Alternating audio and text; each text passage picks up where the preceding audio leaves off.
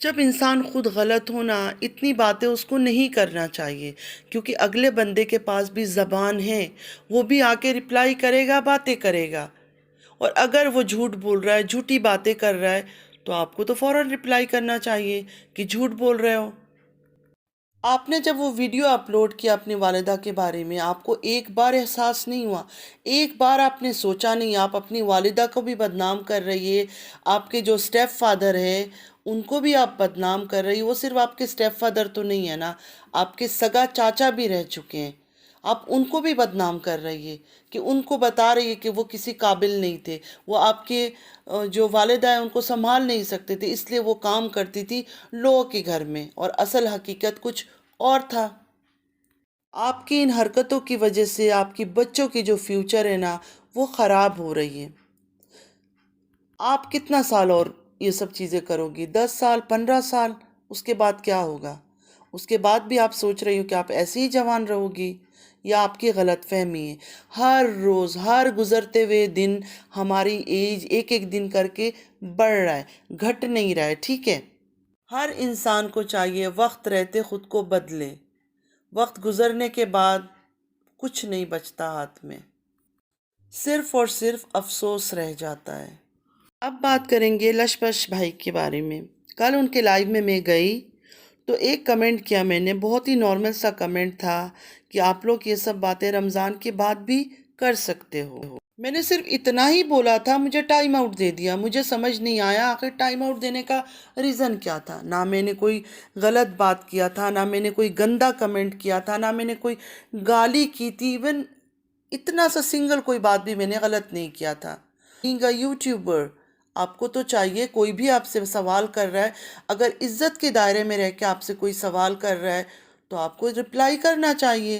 اب میں نے جو بات پوچھا تھا، ایک سمپل سا بات کہا تھا میں نے، الٹا آپ نے مجھے ٹائم آؤٹ دے دیا۔ اگر کل ہی آپ مجھے رپلائی کر دیتے تو آج میں آپ کے بارے میں بات نہ کرتی یہاں۔ مطلب یوٹیوب میں آپ کا پورا فیملی مل کر کچھ بھی کرے تو ٹھیک ہے۔ چلے تارا کو پکڑ لیتے ہیں۔ تارا جو بھی کر رہی ہے آپ کے خاندان کی ہے نا، آپ کے جو والد ہیں ان کے بھائی کی بیٹی ہے، سگے بھائی کی بیٹی ہے۔ آپ کی ایک طرف تو وہ سوتیلی بہن ہو گئی، سٹیپ سسٹر، دوسری طرف آپ کی کزن بھی ہو گئی۔ تو آپ لوگ سارے مل کے کیا چاہتے ہو کہ آپ لوگ جو مرضی کرو لیکن دوسرے لوگ کوئی سوال نہ کرے آپ کے سامنے، صرف آپ کو ویوز دے، شاباشی دے، واہوائی کرے، اور آپ لوگ اپنا ڈالر کماتے رہو، یہی سوچتے ہو آپ؟ آپ وہی ہونا لشپش بھائی جو سعودیہ سے آتے ہی اپنے باپ بھائی کے بارے میں، اپنی سوتیلی ماں کے بارے میں اتنی باتیں کیا تھا آپ نے، آپ کے ساتھ اتنے ظلم ہوتا تھا، یہ وہ، مطلب ہزاروں گھر کی جو راز تھی، جو گڑے مردے تھے، وہ آپ نے اکھاڑنا شروع کیا تھا۔ ایک سجھاؤ میں آپ کو دینا چاہوں گی، آپ نے جو ماڈریٹر اپنی بہنیں بٹھائی ہوئی ہیں نا، ان کو سمجھائے کہ کوئی جب اچھی بات کرے یا کوئی لاجک والی بات کرے یا کوئی ڈیسنٹ کوشچن کرے تو اس کا رپلائی دینا چاہیے، اس کو ٹائم آؤٹ یا بلاک نہیں کرنا چاہیے۔ آپ کو دیکھ کر بھی ایسا لگتا ہے جیسے آپ کے اندر بہت تکبر، بہت گھمنڈ ہے۔ ذرا کس چیز کا تکبر اور گھمنڈ ہے کبھی بتائیے گا، ہم بھی سننا چاہیں گے۔